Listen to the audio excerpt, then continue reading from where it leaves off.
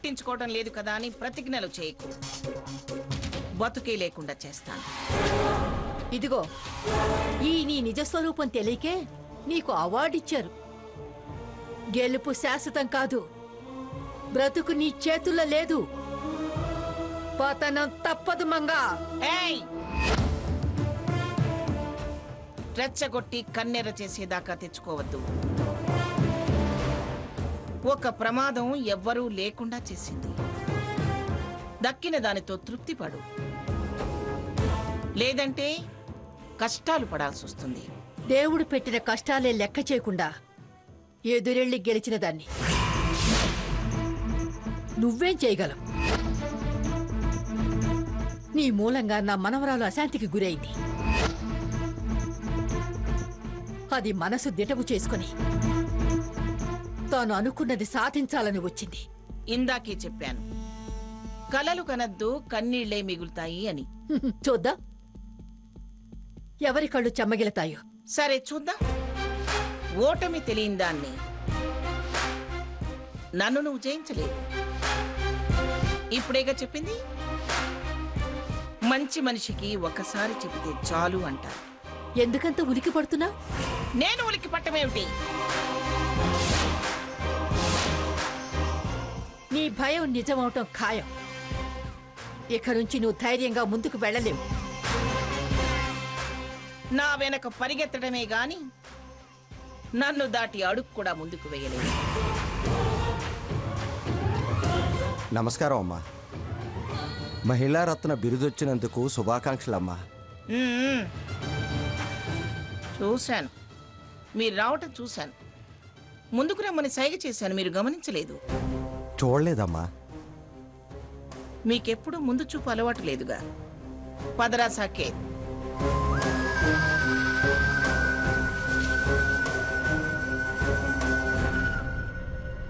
నాన్నా, అమ్మమ్మ గారు వెళ్ళిపోయారా? వెళుతున్నారమ్మా. అక్క, మీరు ఇంకా వెళ్ళలేదా? మా కారు స్టార్ట్ అవడం లేదే. అయ్యో, మరి ఇప్పుడు ఎలా? ఏమిటి, మీ కారు స్టార్ట్ అవ్వట్లేదా? వెళ్ళేదారేగా, మా కారులో దింపుతాను పదండి.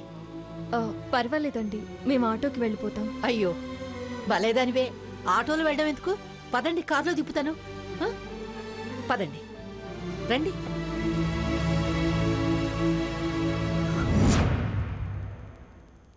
అత్తయ్య గారు, ఫంక్షన్ ఎలా జరిగింది? అవార్డు మీకే వచ్చిందా? మరి గ్రానీకి పోటీ ఉంటుందా? 100 మంది భాగీరథులు వచ్చినా గ్రానీని గెలవగలరా?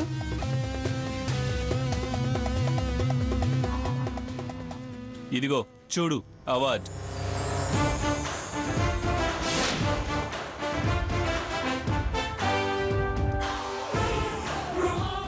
ఇవాల్టి నుంచి అందరూ మహిళారత్నం శ్రీమతి పిఠాపురం మంగమ్మ గారు అంటారు. అవునవును, అవార్డు వచ్చిందని సంబరపడటం ఒక్కటే కాదు, దానికి తగ్గట్టుగా నడుచుకుంటేనే ఇచ్చిన అవార్డుకి వచ్చిన కీర్తికి అర్థం. కీర్తి ఉంది కనుకనే జనం తీర్పునిచ్చారు. జనం ఎందుకు ఇచ్చారో అందరికీ తెలుసు. సీతా రఘురాములు నాకు నచ్చజెప్పి తీసుకురాకుండా ఉంటే అవార్డు వచ్చేదో అవమానం దక్కేదో ఆలోచించు.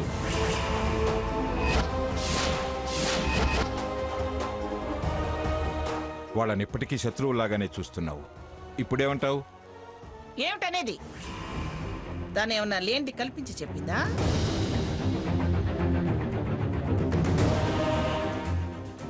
ఉన్న నా గొప్పతనం గురించే కదా చెప్పింది.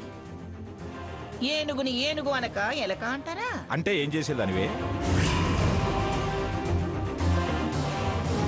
అవకాశం తనకొచ్చినా నిన్ను విమర్శించకుండా, నీ పగ ప్రతీకారాలు పంతాలు పట్టింపులు సాధింపులు చెప్పకుండా అంత గొప్ప ఇంత గొప్ప అని ఆకాశానికి ఎత్తింది. ఆ భాగీరథి నోరు మోయించింది, జనం నోళ్లు తెరుచుకునేలా చేసింది.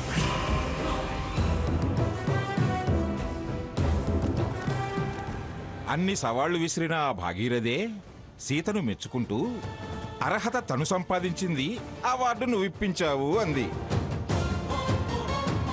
విన్నావుగా? ఏదో సందు దొరికింది నన్ను సాధించడం కాని పని అని కాకాపట్టింది. అది మరో రకంగా చెప్పుంటే పరిస్థితి మరో రకంగా ఉండేది. ఏమైంది అత్తయ్య? ఆ ఏదో అయిందిలే. ఈయనకి కుళ్ళెక్కువైపోయింది. సంతోషంగా అంతా జరిగిపోతే తీరిగ్గా మళ్ళీ పంచాయతీ పెట్టారు ఇక్కడ. నీకింకా పొరలు తొలగలేదే. మేలు చేసి నీ గౌరవం కాపాడితే అది వాళ్ళ స్వార్థం కోసమే అంటున్నావు. లేకపోతే నా మీద ప్రేమ పొంగుకుని పొగిడిందా? చూడండి, అదేం మాట్లాడిందో దాని మాటల్లోని అర్థం తెలుసుకోలేని పిచ్చిదాన్ని కాదు నేను. తాతయ్య ఎందుకు గ్రాండ్ని ఇరిటేట్ చేస్తావు? అది ఇరిటేట్ కాందెప్పుడు? ఏ సీత చాలా హెల్ప్ చేసింది అని అంటే దాని నోటి ముత్యాలేమన్నా రాలిపోతాయా?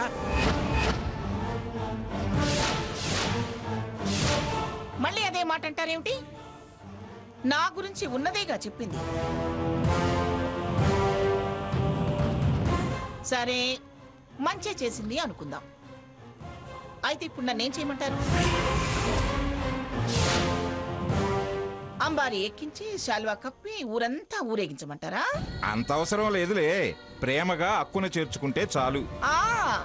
అసలు విషయం అది. దీనికోసం దాన్నంత పొగుడుతున్నారే గాని భార్య గెలుపును మీరు అంగీకరించట్లేదు.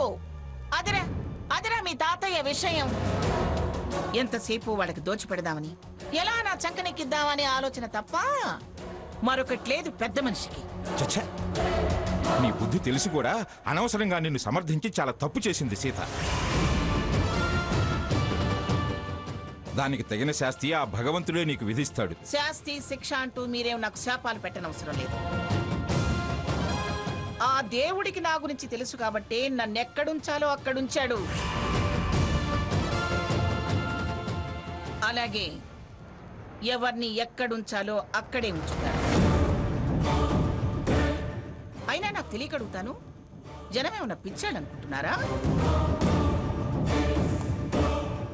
ఏవో ఆ పిల్ల 4 మాటలు చెప్పగానే వాటిని పట్టుకొని నన్ను గెలిపించారని మీరు అనుకుంటున్నారా? నా విలువ మీకు తెలియకపోవచ్చు, కానీ లక్షలాది మందికి తెలుసు. అందుకే నా కవాడు వచ్చేలా చేశారు. ఆవిడ చెప్పింది, సీత చెప్పింది కూడా ఇంట్లో సంగతుల గురించి, నీ తత్వం గురించే. అంతేగాని బయట నీ డాబు దర్పం డంబాచారం గురించి కాదు. అవి కూడా అందరికీ రావుగా. నాకుండాల్సిన సకల సౌభాగ్యాలు ఉన్నాయి కాబట్టే వాళ్ళు నాలో ఆ టీవీని చూడగలుగుతున్నారు. నేనేం పులితోలు కప్పుకున్న నక్కని కాదు, పులిని. సబాష్, లెస్సాని మన వీపు మనం చరుచుకుని మన దండకం మనం చదువుకోవటం కాదు. ఆ వీపు చరుచుకునే చెయ్యి గుండెల మీద పెట్టుకుని ఆత్మసాక్షిగా మాట్లాడు. ఏమిటి మీ నస? వెళ్ళండి వెళ్ళండి అవతలకి. ముందు వాళ్ళు ఇంకా రాలేదు, వాళ్ళ సంగతి తెలుసుకోండి. అవును అత్తయ్య, స్వర్ణ రాలేదే? బయలుదేరే టైంకి వాళ్ళ అక్కల అది కూడా బ్యాగ్ మర్చిపోయింది. అందుకే దాని అక్కని దాన్ని తీసుకురమ్మని చెప్పాను. హలో తాతయ్య. ఎరా రఘురాం, ఇంకా రాలేదే? కార్ రిపేర్ వచ్చింది తాతయ్య, చూస్తున్నా. మెకానిక్కి ఫోన్ చేయిపోయావా? చిన్న ప్రాబ్లమే, అయిపోయింది. బయలుదేరుతున్నాం. సరే, త్వరగా రండి. ఏమైందట? కారు ప్రాబ్లం ఇచ్చిందంట. సరిపోయింది. అది అది వాళ్ళ జాతకం. పదరా భోంచేద్దాం. లక్ష్మి వడ్డించు. తనెలా వడ్డిస్తుంది? తలనొప్పి మనిషి కదా. అయితే మీరు వడ్డించండి. ఇప్పటిదాకా చేసింది అదేగా. ఆ వడ్డన కడుపు నింపదు, మంట పుట్టిస్తుంది. అమ్మా, దిష్టి తీ ముందు గ్రానీకి. అలాగే.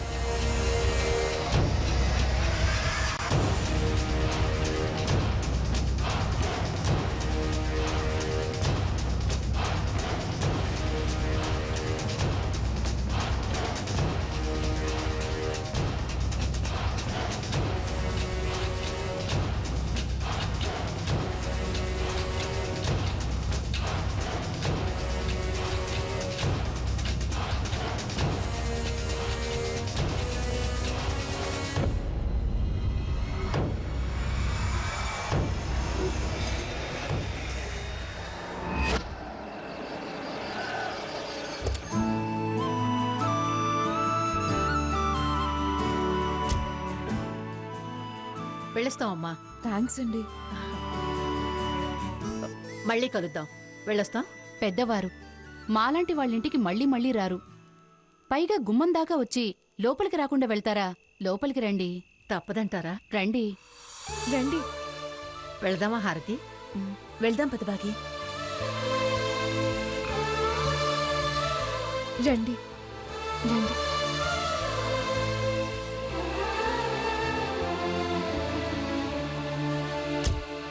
పదండి. అమ్మా, అమ్మా, రండి. రండి కూర్చోండి. మా అమ్మగారు. నమస్కారం అండి. అమ్మా, ఈవిడ భాగీరథి దేవి గారు. తను వీరి మనవరాలు హారతి గారు. నమస్కారం అండి. నమస్కారం అమ్మా. అవును, మీరు ఫంక్షన్కి రాలేదేమిటి? చిన్నపిల్లలిద్దరూ హాస్టల్లో ఉన్నారు.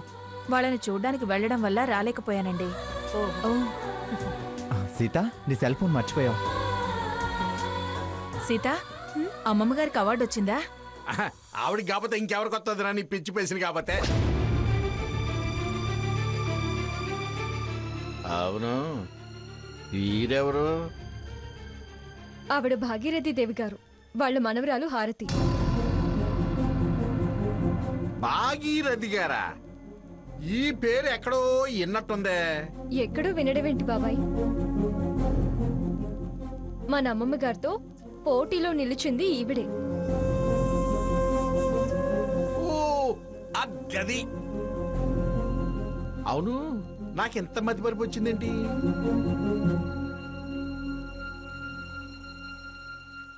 మంగమ్మ గారితో పోటీ పడిన వాళ్ళు మన ఇంటికి రావడం ఏంటి?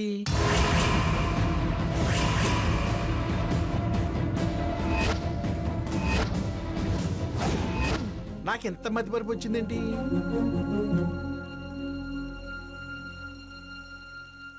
మంగమ్మ గారితో పోటీ పడిన వాళ్ళు మన ఇంటికి రావడం ఏంటి?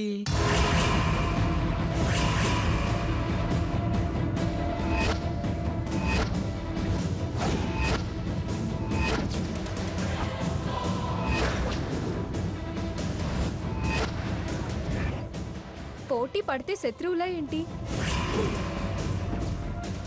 యుద్ధం చేస్తారా? అది అక్కడి వరకే. మా కార్ చెడిపోతే మా కార్లో రండి, మేం వెళ్లే దారే కదా అని ఇంటి దగ్గర దిగబెడతామని పెద్ద మనసుతో తీసుకొచ్చారు.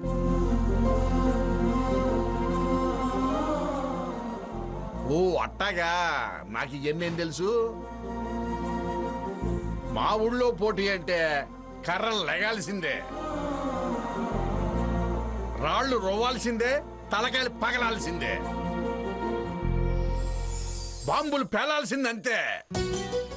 మీ మూర్ఖత్వాలే అందరికీ ఉంటాయా? అయ్యో, నిలబెట్టే మాట్లాడుతున్నాం. కూర్చోండి. పర్వాలేదమ్మా, ఇక మేము బయలుదేరుతామండి.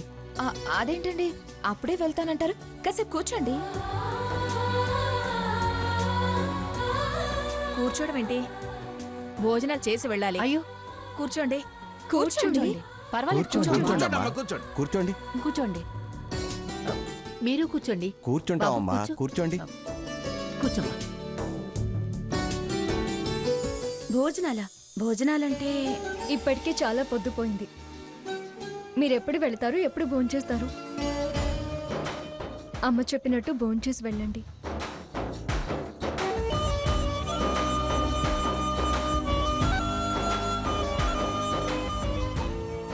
ఇప్పుడు ఎందుకండి మీకు శ్రమ? ఇందులో శ్రమే ఉందండి. మా అమ్మ పిన్ని చాలా రుచిగా వండుతారండి వంటలు. రుచుల కోసం కాకపోయినా మీరు చూపిస్తున్న ప్రేమ కోసమైనా భోంచేసి వెళ్ళాలనిపిస్తోంది. మీరు మాట్లాడుతూ ఉండండి. 10 నిమిషాల్లో భోజనాలు రెడీ చేస్తాను. ప్రత్యేకించి ఇప్పుడేం చేయొద్దు. ఉన్నదేదో అదే అడ్జస్ట్ అయిపోదామండి.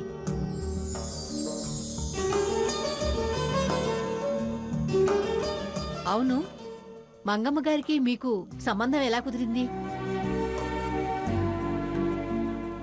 మా అమ్మాయిని ఏరి కోరి చేసుకోవడానికి వచ్చారండి.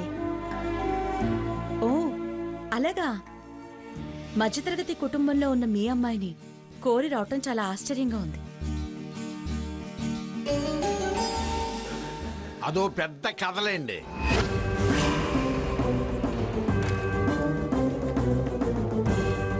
పూట మీరుంటే గాని అంత వివరంగా చెప్పడం కుదరదు. రాధాకృష్ణ, ఇప్పుడు అదంతా అవసరమా? వాళ్ళే అడిగారు కాబట్టి.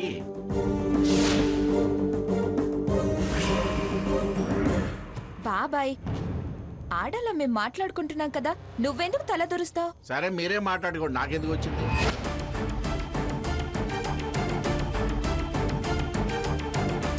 వీళ్ళ పురాణాలన్నీ బయట పెడతానని వీళ్ళ భయం. అక్క చెల్లెళ్ళిద్దరినీ అన్నదమ్ములు కోరి చేసుకోవటం చాలా గ్రేట్. ఇద్దరు పెళ్లిళ్ళు ఒకేసారి జరిగాయా? అదొక డబుల్ ధమాకా ఆపరమ్మా. Buy one get one story లాంటిది. బాబాయ్, అది చెప్పొద్దా? అయితే చెప్పనులే. తెలియక నోరు తెరిచా.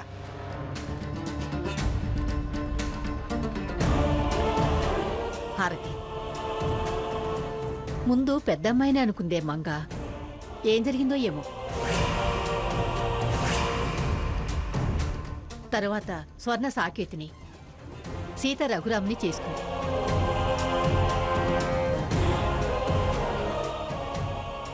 అసలు మొదట్లో ఈ రఘురాం మంగమ్మ మనవడని ఎవరికీ తెలియదు. రిసెప్షన్ పెట్టి జనానికి పరిచయం చేసింది. మీకు ఈ విషయాలన్నీ ఎలా తెలుసు? ముందు పెద్దమ్మాయిని అనుకుందే మంగ. ఏం జరిగిందో ఏమో. తరువాత స్వర్ణ సాకేతిని, సీత రఘురామ్ని చేసుకుంది.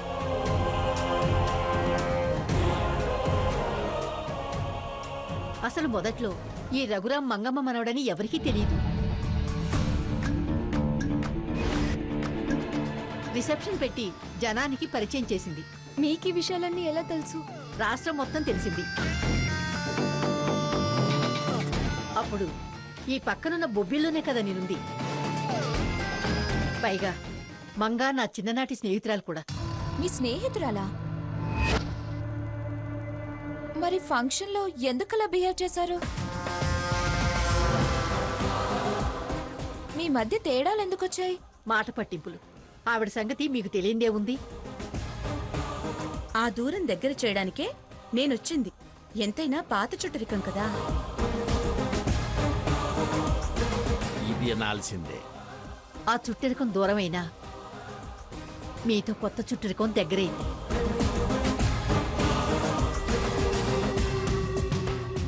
స్వర్ణ, నువ్వు కూడా రమ్మా. అసలే ఒట్టి మనిషివి కాదు కదా. ఏమిటమ్మా ఒట్టి మనిషివి కాదంటున్నా? ఏమైనా శుభవార్త? అవునండి, 5వ నెలండి.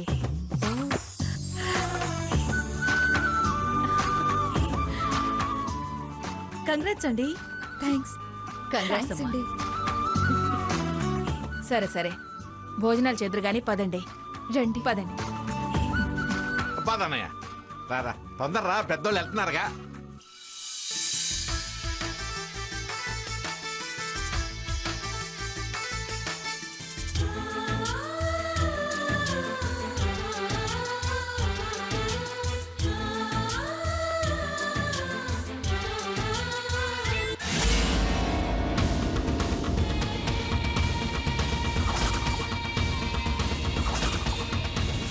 ఏమాత్రం మార్పు లేని నీ అహంకారాన్ని ఎలా తగ్గించాలని చూస్తున్నాను. నీది ఉడికిపోయే పొగరు, నాది పెరుగుతున్న వయసు.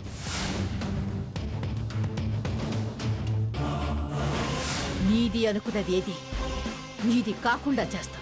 జస్ట్ మంత్స్ లో అన్ని తల్లకిందులయ్యేలా చేస్తా. నువ్వు కుర్చీలోంచి లేచి పరిగెట్టేలా చేయకపోతే నా పేరు భాగీరథి కాదు, నా మనవరాలి పేరు హారతి కాదు.